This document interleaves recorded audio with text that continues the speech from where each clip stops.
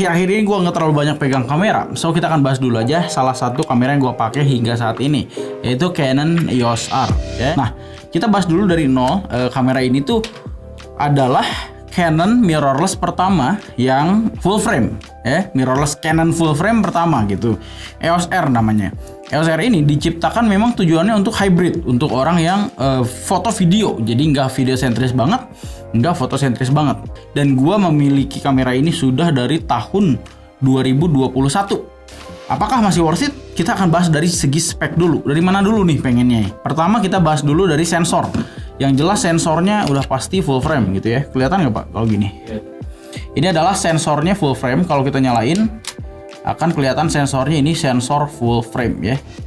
Nah, untuk dari segi spek video, kamera ini jadul, yang mana videonya kita bahas dari base dulu, yaitu 1080p, udah bisa 60 fps ya. Dan juga udah bisa 4K di 30 fps maksimal. Tapi 4K-nya itu nge-crop. Jadi 4K-nya nge-crop seperti ini nih ya.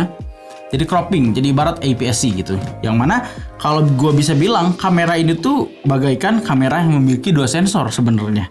Ya, tapi kita masuk dulu ke spek berikutnya, yaitu bisa 120 fps di 720p. Memang nggak guna kalau zaman sekarang gitu ya. Ya itu dia spek videonya, sesederhana itu aja.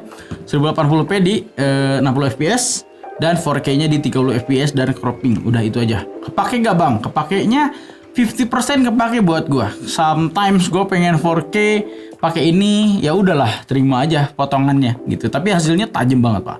4K-nya kalau lo pengen lihat tajam banget. Gua kasih contoh di sini nih nanti ya. 4K-nya bagus banget dan pas gua zoom itu masih tetap detail. Videonya seperti itu, dan untuk detail dari segi picture profile mungkin ya, itu udah bisa log ya. Jadi udah bisa color grading gitu. Nah, ini footage lognya, tapi lognya masih log yang base yang awal. Di mungkin log 1 ini ya, mungkin ya. Ini cuma Canon log doang.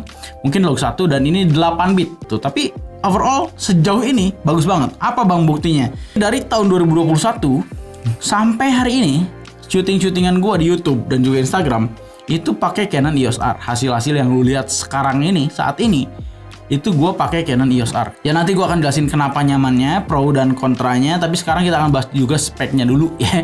Beralih ke foto gitu ya. Fotonya udah 30 megapiksel, kurang lebih 30 megapiksel. Yang which is sebenarnya cukup pak. Untuk dari segi fotografi, ya ini dipakai foto wedding. Ada teman-teman gue yang pernah nyobain pakai kamera ini, weddingan bagus-bagus foto-fotonya pakai EOS R karena 30 megapiksel. Untuk saat ini menurut gue masih cukup gitu ya, masih bagus. Dan juga kita bahas juga spek apa lagi ya, burstnya cuma 8 fps ingat gue, kan 8 fps ya. Tuh agak pat manut tiupan.